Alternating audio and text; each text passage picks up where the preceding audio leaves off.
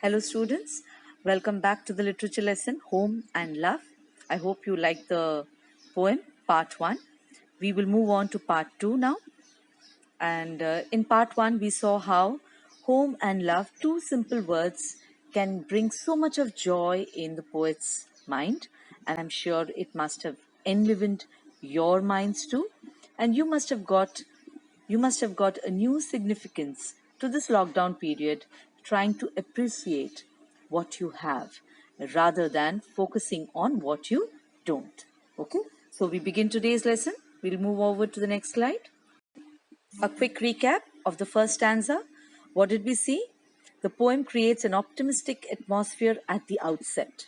Yes, very simple words. The poem embodies simplicity. The poem embodies simplicity, and he creates an optimistic atmosphere at the outset where he does not mask his feelings.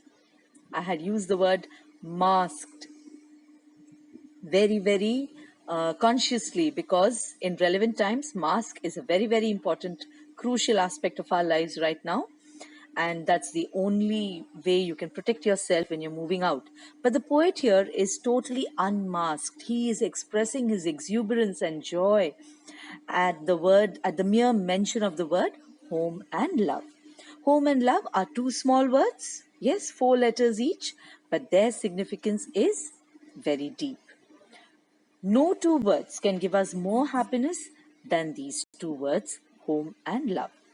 Home and love are two both crucial aspects of our life, and we had spoken about alliteration. I had explained to you what is alliteration: the repetition of the consonant sounds created by the letters of two adjacent words beginning with the same letter.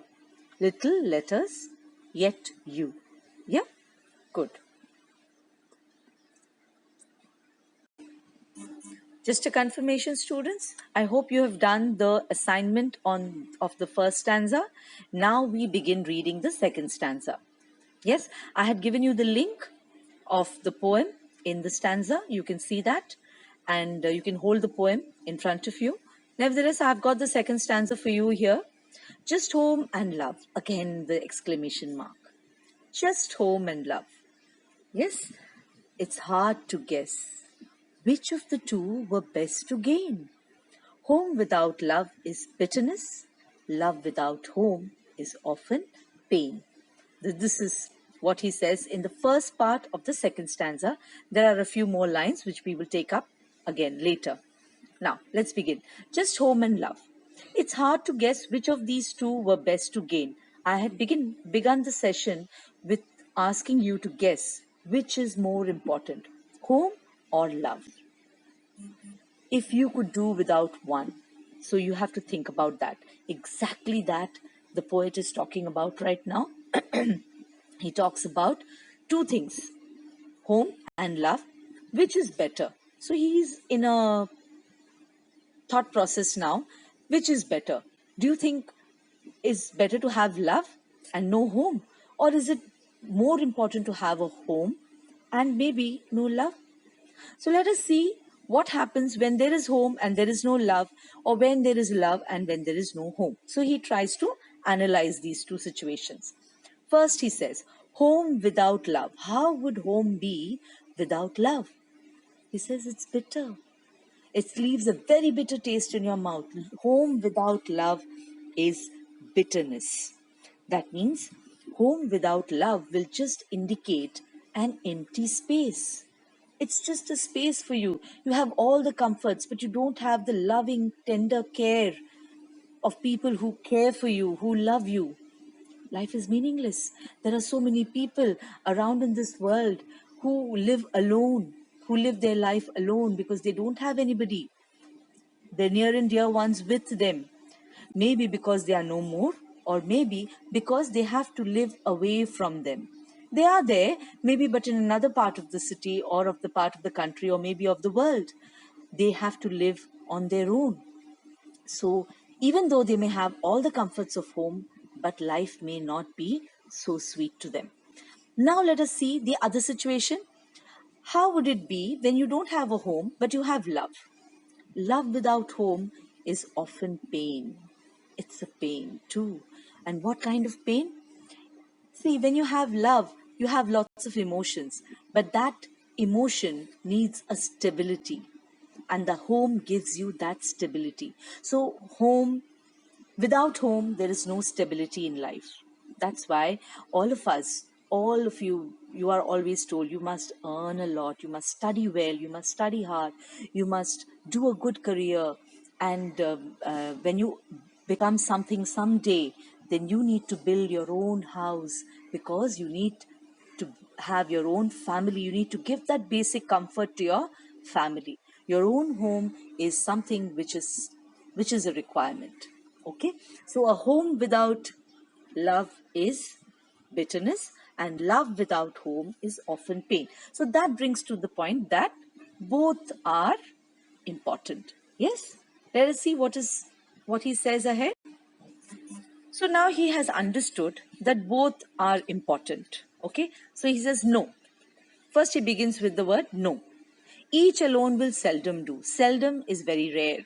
So each alone cannot do. Seldom do, he's just hinting. That's a way of saying it. But he is trying to say that it does not work that way. Having a home and no love, and you have love but no home. No. Because somehow they, which is the they here? Home and love, travel hand in glove.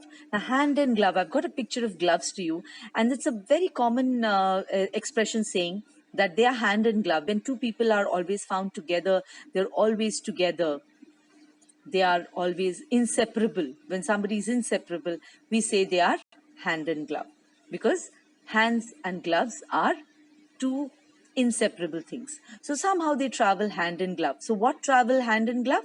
Home and love. Okay, so you see the rhyming scheme also. If you win one, you must have two, both home and love. So if you win one, that is, if you have home, you must have love. And if you have love, you must have home, because the having only one will not do, will seldom do, will not be enough, will not suffice. So I've just put the equation there. Home plus love is a big tick mark. That means that's what we are all aiming at. We all should aim at home and love together. Fine. Look at the alliteration here, students. Did you find one? Did you find one? Yes, win one, were. Though they don't have the same letter, yet it is an alliteration. Why? Because I told you, consonant sounds. It both has the were sound. Though it begins with O, it's a vowel. O is a vowel, but it has a consonant sound. One and win. Were sound, and that's why it's a alliteration. Okay? So let's have a recap of the second stanza. What is it? What is the poet here talking about? He is questioning which is more important. Is it home or love? And he's trying to probe the two situations. What is home without love? Can love suffice without a home? These are the two questions he asks. And then what does he get? Answer that he gets? No, it's not right. Home without love is nothing but an empty space. And love without home is like an emotion without stability. Home and love are inseparable, like hand and glove. One without the other is incomplete. And the alliteration has been marked for you. So that is the end of our second lesson. The second stanza, Home and Love, part 2. We will be concluding the poem in the third video. Okay, now I have some questions. You will answer those questions at the end of this slide.